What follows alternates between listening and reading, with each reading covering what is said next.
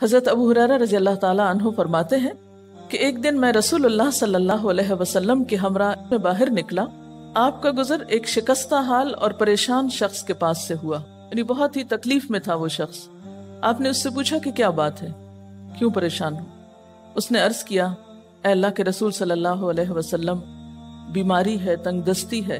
اب دیکھیں کہ بیماری بذات خود بھی ایک تکلیف دہ چیز ہے، اور کہاں یہ کہ اس پر انسان کے پاس علاج کے پیسے بھی نہ ہوں.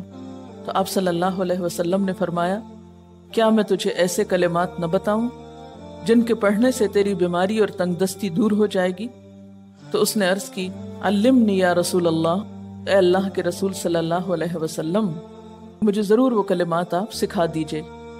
تو آپ نے فرمایا کہ یہ دعا پڑھا کرو، توکلت علی الحی الذی لا يموت، الحمد للہ الذی لم يتخذ ولدا ولم یکن له شریک فی الملک ولم یکن له ولی من الذل وکبرہ تکبیرا. توکلت علی الحی الذی لا يموت، الحمد للہ الذی لم يتخذ ولدا ولم یکن له شریک فی الملک ولم یکن له ولی من الذل وکبرہ تکبیرا.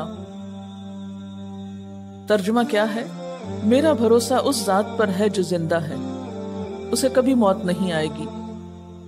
تمام تعریفیں اسی اللہ تعالیٰ کے لیے ہیں جس نے کسی کو اپنا بیٹا نہیں بنایا. اس کی بادشاہی میں نہ کوئی شریک ہے اور نہ کوئی عاجزی کی وجہ سے اس کا مددگار ہے، اور اس کی خوب بڑائی بیان کرو. وَكَبِّرْهُ تَكْبِيرًا. اس شخص نے اس وظیفے کو یا اس ذکر کو اپنا معمول بنا لیا. تو کہتے ہیں کہ اس شخص کی بیماری جاتی رہی، غربت جاتی رہی، اور اس کی بجائے اس کو خوشحالی نصیب ہوئی. اور حضرت ابو ہریرہ رضی اللہ تعالیٰ عنہ جو تھے وہ بھی سن رہے تھے اس کلمے کو، تو انہوں نے بھی سن کر اس کو پڑھنا شروع کر دیا.